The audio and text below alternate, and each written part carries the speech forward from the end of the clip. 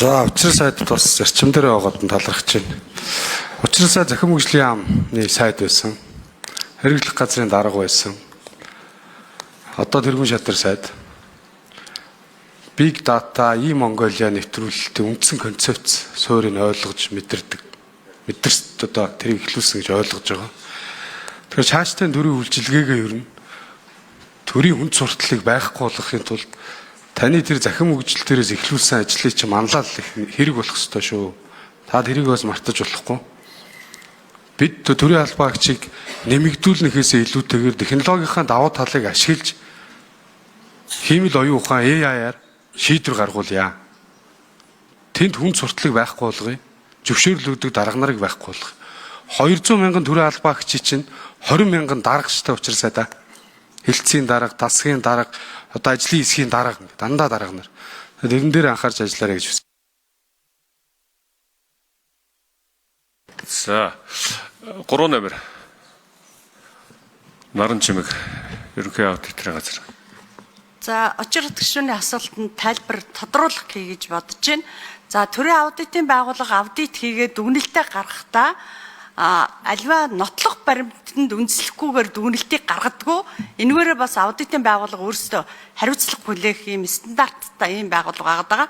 Нэгдүгээр манайх зөвлөмж өгөөгүй, төсвийн тодтолд бол зөвлөмж өгдөггүй. Бид нар дүгнэлт гаргаж байгаа.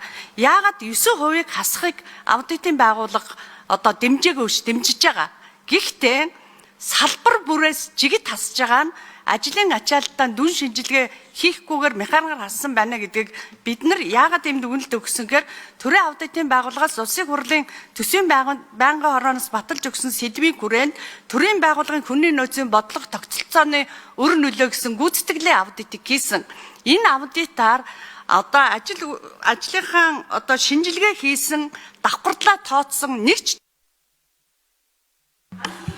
За хариултын бүрэн хариулт авъя. 3 номер. Шинжилгээ хийсэн байгууллага байгаагүй. Тийм учраас ганцхан боловсролын яам байсан.